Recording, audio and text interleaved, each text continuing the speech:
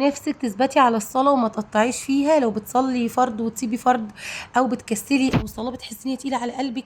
انت بتحبي الصلاة ونفسك تصلي بس بتحسيها دايما تقيلة، وتحسي دايما انت بتعدي الركعات، يا رب العشاء 4 ركعات، يا ربي مش عارفة ايه والكلام ده كله، حاسه ان في حمل كده على قلبك علشان الصلاه. هقول لك 3 اذكار او 3 ادعيه، خليهم دايما ذكر في لسانك، وانتي بتصلي تقوليهم، وانتي في السوق، وانتي في الشارع، وانتي في النادي، وانتي بتطبخي. دايما خلي الذكر ده في لسانك، حتى لما ربنا يكرمك ان شاء الله باذن الله وتثبتي على الصلاه، خليه ذكر ثابت معاكي او دعاء ثابت معاكي في الصلاه. دايما وانتي ساجده ادعي الدعاء ده. اول ذكر فيهم بيقول ايه؟ اول ذكر اللهم اعني على ذكرك وشكرك وحسن عبادتك. ده قولي بيقين، قولي بيقين كده وبنفس كده، يا رب يا رب اعني على ذكرك وشكرك وحسن عبادتك، يا رب يا رب انا بحبك عني بس يا رب. بس ده اول ذكر. الذكر التاني اللهم الثبات على الصلاة حبا وليس فرضا، واجعلها احب الي من كل امور الدنيا وما فيها. يعني يا رب ثبتني على الصلاة من كتر حبي فيها، استناها من حبي فيها، مش بصليها عشان هي فرض وتقيلة عليا، لأ، بصليها حبا. فاهميني؟ احب الي من كل امور الدنيا وما فيها، يعني احب من مكالمه اختي في التليفون، احب من السهاري مع جارتي، احب من قعدتي مع جيراني، احب من النادي، احب من شغلي، احب من كل حاجه. هي رقم 1.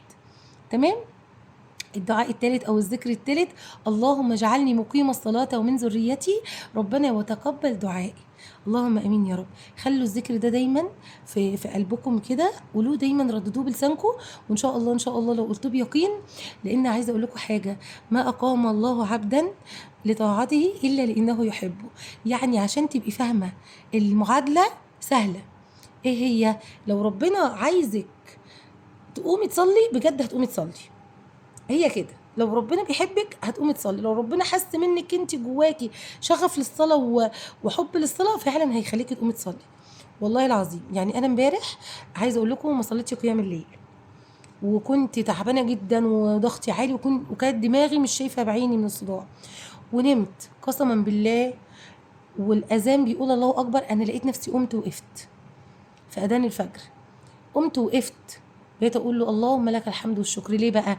لاني دايما بدعي بيقين اللهم اعني على ذكرك وشكرك وحسن عبادتك، اللهم اجعلني مقيم الصلاه ومن ذريتي ربنا وتقبل دعائي. فدايما ادعوا بيقين يا جماعه، لان ربنا لو حبك وحس فيكي احساس ان انت فعلا حابه الصلاه هيساعدك على ده. لكن لو حساكي انت متكاسله ومتجاهله انت اللي محتاجه ربنا، والله انت اللي محتاجاه. ف ادعي بقلب كده وبيقين وبحرقه، هيستجيب وهتثبتي على الصلاه وهتحبيها وتقعدي زي كده تستنيها. بحبكم في الله. دي كانت رساله النهارده، والسلام عليكم ورحمه الله.